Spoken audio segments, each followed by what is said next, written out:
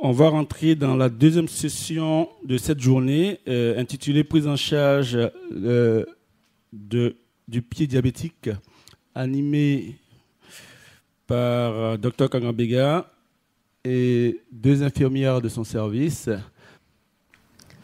Écoutez, bonsoir à tous. Je sais que vous n'êtes pas en hypoglycémie, ça c'est sûr. Par contre, certainement en pleine digestion, j'essaierai de faire de mon mieux pour ne pas être trop soporifique. Donc, je me propose de répondre à deux questions. Déterration de la plaie par l'infirmier libéral. Pourquoi? Comment? Alors, en fait, ce que je voudrais qu'on retienne, c'est que lorsqu'on prend en charge des ulcérations du pied chez le diabétique, l'objectif, c'est en fait de fermer la plaie. Ça, nous sommes tous d'accord sur le principe. Et cet objectif est atteint grâce à un certain nombre de conditions. Celui du traitement des processus morbides sous-jacents, ce matin on en a parlé. Un patient dénutri aura du mal à cicatriser. Donc en fait, on ne parle pas que de la plaie, mais de tout ce qui accompagne cette prise en charge. Favoriser aussi chez ces patients qui sont souvent des artériopathiques un apport sanguin suffisant. Des soins locaux, bien évidemment, puisqu'on parle de prendre en charge une plaie. Et un élément incontournable dont on parlait tout à l'heure, la décharge de la pression. Face à cela, comment est-ce qu'on optimise les soins locaux chez le diabétique? 4 éléments essentiels. Le contrôle de l'inflammation et de l'infection, le maintien d'une humidité suffisante pour le bourgeonnement, mais pas pour la macération, l'épithalisation à partir des berges, et puis l'élément important qui nous occupe aujourd'hui, la déterration des tissus. Alors, première question à laquelle je vais tenter de répondre, mais avec vous aussi, pourquoi? Peut-être qu'il serait intéressant de rappeler ce que c'est que la détertion, avec des termes qui sont plus ou moins différents, mais qui veulent dire la même chose lorsqu'on lit les publications. Retrait de tout ce qui est tissu dévitalisé, de la nécrose, de l'excès de fibrine et de la flore microbiotique dont on parlera plus tard avec Luigi Cicero, qui finalement ralentit le processus de cicatrisation et de bourgeonnement. C'est aussi, et faire la déterration, c'est aussi drainer les collections, enlever les décollements. Et cette partie-là de déterration fait partie intégrante du traitement de la plaie. Les pansements ne font pas tout. Une plaie doit être préparée pour que l'efficacité des médicaments topiques soit optimale. Aujourd'hui, on ne peut pas dire qu'il y ait des recommandations avec des standards pour la prise en charge pour la déterration. Il y a quand même des études, par contre, qui montrent que la cicatrisation est d'autant plus facile que la déterration chirurgicale ou mécanique est fréquente. N'hésitez pas à m'appeler si je dépasse mon temps. Toujours dans cette définition, en fait, qu'est-ce qu'on veut faire quand on fait de la déterration? On veut juste préparer le lit de la plaie. Et en fait, j'aime bien cette expression qui a été adoptée par je ne sais plus qui c'est d'ailleurs, un médecin. Une plaie chronique, on transforme en faisant de la déterration une plaie chronique en une plaie aiguë. Alors pourquoi faire de la déterration? Et quels sont les avantages de cette pratique qui fait partie de la fondamentale partie intégrante de la prise en charge des gestes locaux, des soins locaux, pardon. Diminuer le biofilm, contrôler l'inflammation, stimuler les facteurs de croissance qui facilitent le bourgeonnement, modifier aussi l'environnement moléculaire et cellulaire, et donc, en conséquence, aller vers une cicatrisation plus rapide. Donc, ce qu'il faut aussi retenir, c'est que cette déterration, elle permet de réduire cette pression qui nous gêne tant dans la prise en charge de nos patients. Quand on enlève de l'hyperkératose, ou ce qu'on appelle souvent des callosités, c'est bien pour éliminer cette hyperpression qui empêche l'évolution du bourgeon néoformé. Cette déterration va aussi permettre, parce que quand on fait de la déterration, on commence par regarder, permet une inspection complète des tissus sous-jacents, et donc, encore là, stimuler la cicatrisation. Alors, pour répondre à cette question, pourquoi? Je pense que pour vous aussi, c'est simple. Cette déterration permet de mettre la plaie dans les conditions optimales de cicatrisation en diminuant le biofilm et le risque bactérien. Et alors, pourquoi est-ce que la question est posée? Est-ce que l'infirmière libérale a un rôle à jouer dans la déterration? Je pense que oui, et ça c'est évident, puisque lorsque vous voyez prenez en charge les patients, au quotidien, c'est vous qui les voyez. Même s'il y a des structures, des centres de consultation, de chirurgiens ou de centres comme le nôtre du pédiabétique, Nous les voyons de façon régulière, certes, mais le quotidien, c'est vous qui l'assurez, et donc par conséquent, vous êtes forcément en première ligne sur cette prise en charge et sur cette détertion.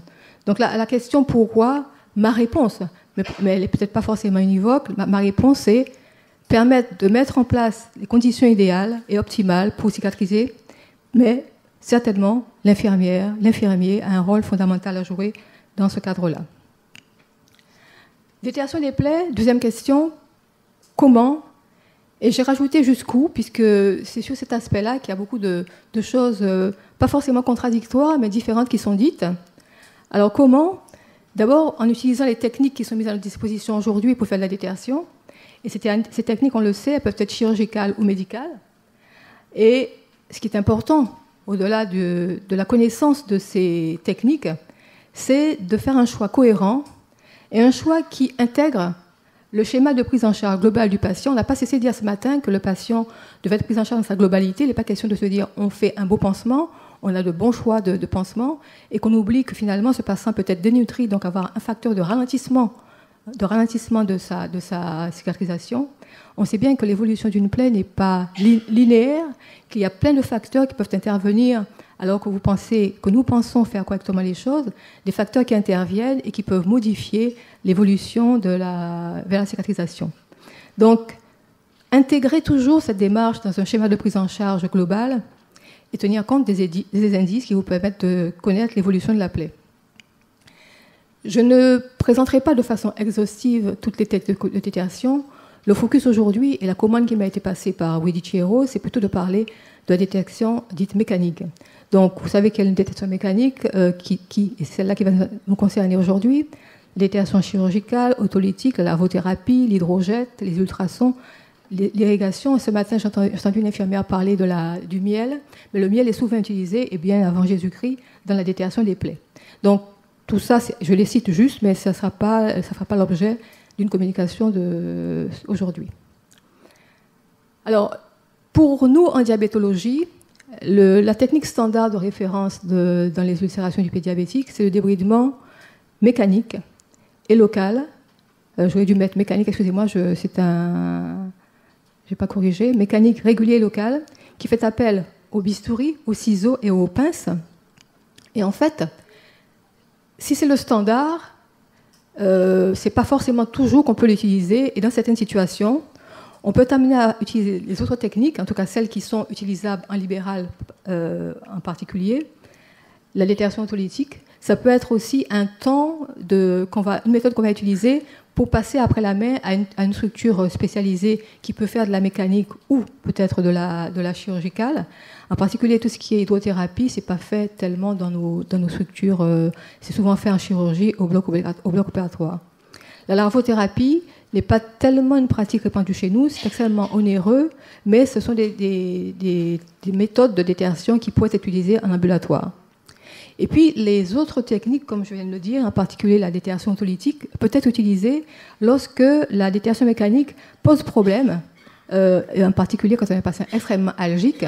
C'est sûr qu'en détertion mécanique, j'allais dire, on va plus vite, mais on est là aussi pour tenir compte du patient et de sa douleur. Et puis, ces autres techniques, en dehors de la mécanique, sont aussi proposées si, de façon consensuelle, en réunion de concertation pluridisciplinaire, on estime que le bénéfice d'une autre technique est important, est intéressant pour le patient. Donc, je fais le focus, comme prévu, sur la détection mécanique avec quelques règles que je pense importantes et peut-être que le débat apportera d'autres informations. D'abord, à mon sens, la première chose qui est importante, c'est de commencer, avant même de commencer à manipuler son bistouri, c'est de commencer par une évaluation de la plaie. Un acte de détertion commence par les yeux. Elle est indispensable et elle permet de déterminer, autant je parle de regarder avec les yeux, mais aussi d'interroger le patient, de regarder un peu ce qu'il a, puisqu'on parle de prendre en charge la globalité, connaître quels sont les garde-fous à mettre en place, la localisation de la plaie, est-ce qu'il est traité par anticoagulant ou non, et connaître l'histoire de la plaie, c'est-à-dire connaître en particulier l'étiologie de la plaie, de façon à identifier les exceptions qui sont connues à la détertion. Et nous, diabétologues, on a tendance à dire qu'avant de prendre son bistouri, ses ciseaux, ses pinces, etc., sur une lésion nécrotique, il est important de connaître l'IPS du patient de façon à éviter une détertion trop énergique qui pourrait être délétère pour la prise en charge de ce patient. Ainsi donc, si on est face à un patient qui a un pied artériopathique, qui a un pied ischémique, il est évident que ce qui est proposé, c'est de revasculariser avant de mettre en place une détertion énergique. Et souvent, ces patients-là, ils sont largement confiés aux vasculaires, aux chirurgiens vasculaires, qui font la démarche de l'angiographie, mais aussi après de la revascularisation distale, si elle est possible. Un autre élément qui est important au départ, comme ça, quand on prend en charge ce type de patient, c'est de faire une prise en charge de la douleur, savoir si ce patient il peut tolérer ou pas votre bistouri et s'il a besoin d'avoir une préparation avant un traitement antalgique avant de commencer cette déterration. Dans les publications, on voit volontiers que 80% des patients rapportent une douleur induite par le soin. On a cadré tout cela avec les connaissances sur les risques du patient, sur ses pathologies, pardon. Maintenant, il faut connaître les risques. Je crois que faire de la détertion mécanique, surtout quand on utilise du bistouri, etc., est important de connaître l'anatomie même de nos patients, les tendons, les vaisseaux, les os, les articulations, savoir ce qu'on a sous les mains, connaître la profondeur de la plaie, et surtout ne pas oublier que les accidents d'exposition au sang existent, que ce n'est pas une vue de l'esprit. Bien connaître les risques, c'est aussi faire une bonne évaluation bénéfice-risque pour savoir quel est le choix le plus approprié, le plus pertinent en termes de détertion.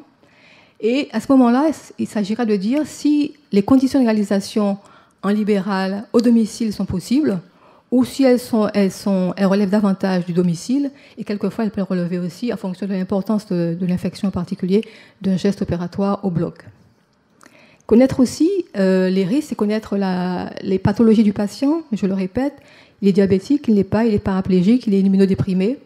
Connaître le type de plaie, le risque d'hémorragie, et bien savoir qu'une détertion excessive peut être délétère. Alors comment est-ce qu'on fait tout cela ? Je crois il me semble que la détertion mécanique est moi, il n'y a pas d'ambiguïté dans mon discours là-dessus, et de la compétence d'une infirmière libérale, peut se faire en libéral, mais comme pour tout, il faut une connaissance élémentaire des techniques, il faut avoir appris, il faut s'être formé, et ça c'est vrai pour tout le monde. Et si bien que je pense que le partage des connaissances cliniques entre médecins et infirmières est absolument indispensable.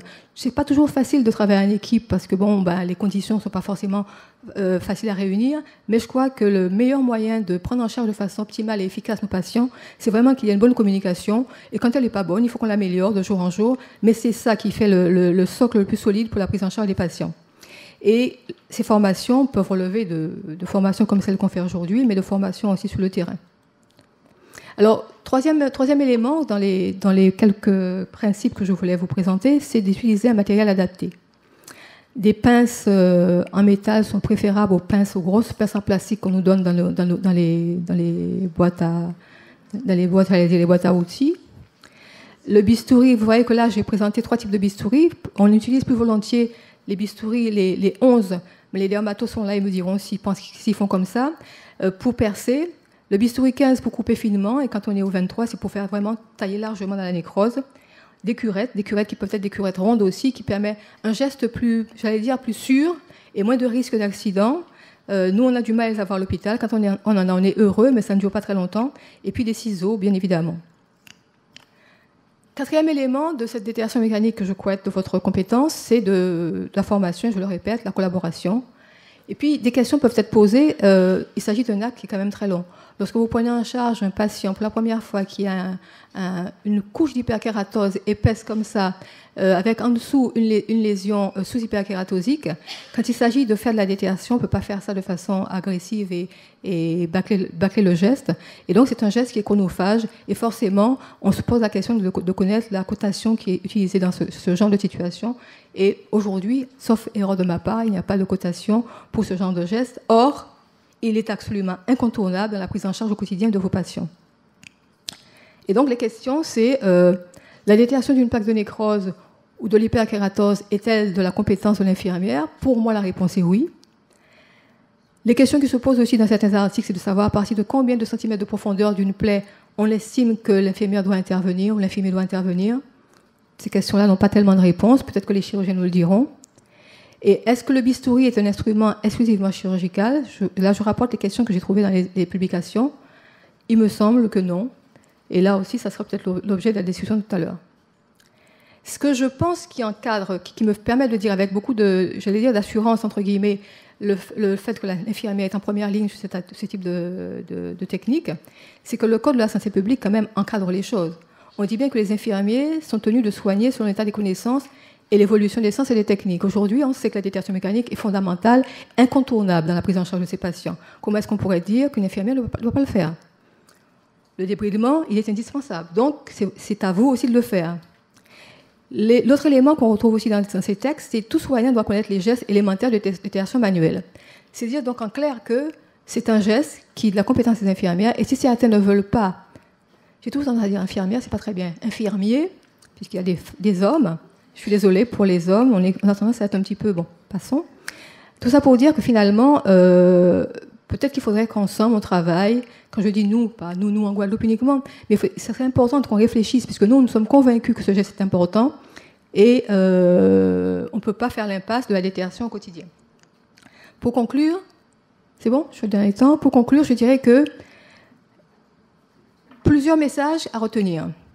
La détection est et reste une étape indispensable dans la prise en charge de la plaie chronique. On n'a pas pour l'instant de prise en charge standardisée, de documents, je veux dire, qui nous soient opposables.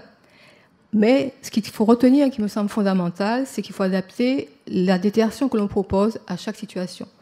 Aujourd'hui, ça sera plutôt de l'autolytique, ça sera ça. C'est plutôt de la mécanique. Et si vraiment ça relève du geste chirurgical au bloc opératoire, il faut savoir aussi le passer la main, de façon à ce qu'il n'y ait pas une perte de chance pour nos patients. Rappelez-vous que ne pas débrider une plaie, ne pas adresser le patient à un personnel spécialisé pour le débridement lorsque ça ne relève pas de nos capacités de faire, ou choisir une méthode inappropriée pourrait être à l'origine d'une détérioration rapide et potentiellement dévastatrice pour notre patient. Rappelez-vous aussi, et ça on a tendance à l'oublier, que la douleur, c'est un élément qu'il faut prendre en compte parce que ces déteriorations sont quelquefois sur un profil de patient extrêmement allergique et on a le devoir de soigner le patient avec le confort le plus grand et ne pas être source d'angoisse pour le patient. Préparer le lit de la plaie, c'est simuler la cicatrisation endogène en association, je le répète, au traitement étiologique. Le patient ne doit pas être pris en charge pour son pied. Il n'y a pas un pied et puis derrière, il n'y a rien. Derrière, il y a un homme, il y a un individu avec ses pathologies, ses comorbidités, un traitement. Et ça, il faut en tenir compte pour être efficace dans ce que nous faisons. On l'a largement dit ce matin quand on a parlé de nutrition. Et puis, je terminerai par le fait que la formation est nécessaire, mais il me semble que se former pour faire un geste efficace doit être aussi un geste valorisé, et surtout quand ce geste est chronophage, sauf que moi je n'ai pas les moyens en main, je n'ai pas dans la poche les moyens de faire cela, mais je pense que c'est un combat qu'il faudra mener. Je vous remercie de votre attention.